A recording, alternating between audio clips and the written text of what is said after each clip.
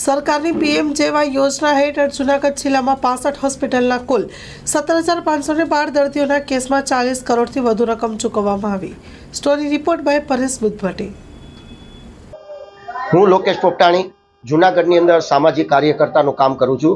હમણાં પીએમજેવાય યોજના અંતર્ગત જૂનાગઢ શહેરને હોસ્પિટલને 40 કરોડ રૂપિયા અંદાજિત કિંમત ચૂકવવામાં આવી છે, જે એક બહુ મોટી રકમ કહેવાય જૂનાગઢ શહેર પ્રમાણે.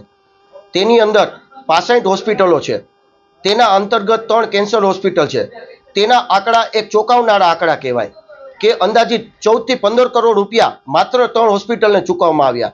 જો સરકાર દ્વારા અને જૂનાગઢ આરોગ્ય શાખા દ્વારા જો તેની તપાસ કરવામાં આવે તો ઘણા મોટા ખુલાસા થઈ શકે તેવી શક્યતા છે. કેમ કે હમણાં જ આપણે થોડાક સમય પહેલા જોયું કે અમદાવાદની અંદર ખ્યાતિકાંડની અંદર ઘણા આરોપીઓના નામ ખુલ્યા છે, ઘણા અધિકારીઓના નામ ખુલ્યા છે. જૂનાગઢ શહેરની અંદર જો આની સચોટ તપાસ થાય, આ 3 હોસ્પિટલની અંદર અંદાજિત 14 કરોડ રૂપિયા ખરેખર શું એટલી રકમ હોઈ શકે? સરકાર દ્વારા પીએમજે યોજના દ્વારા સીધો હોસ્પિટલના ખાતામાં આ પૈસા જમા કરવામાં આવે છે. જો આની ખરાઈ કરવામાં આવે તો ઘણા આંકડા બહાર આવી શકે અને ઘણા નામો બહાર આવી શકે તેવી શક્યતા છે. મારું નામ ડૉક્ટર રૂપેશ એસ સાલવી છે. હું હાલમાં જ જિલ્લા આરોગ્ય અધિકારી તરીકે જૂનાગઢ તરીકે હાજર થયો છું. અને જૂનાગઢ પીએમજેવાય યોજના અંદર કેટલા ક્લેમ થવા રહ્યો છે, કેટલા કાર્ડ છે અને કેટલા ક્લેમ રકમ ચૂકવવા. જૂનાગઢ જિલ્લાની અંદર પીએમજેવાય અંતર્ગત કુલ 79 જેટલી સંસ્થાઓ રજીસ્ટર થયેલી છે. એમાં કોર્પોરેશન પણ આપણે સામેલ છે અને રૂરલ વિસ્તાર પણ સામેલ છે.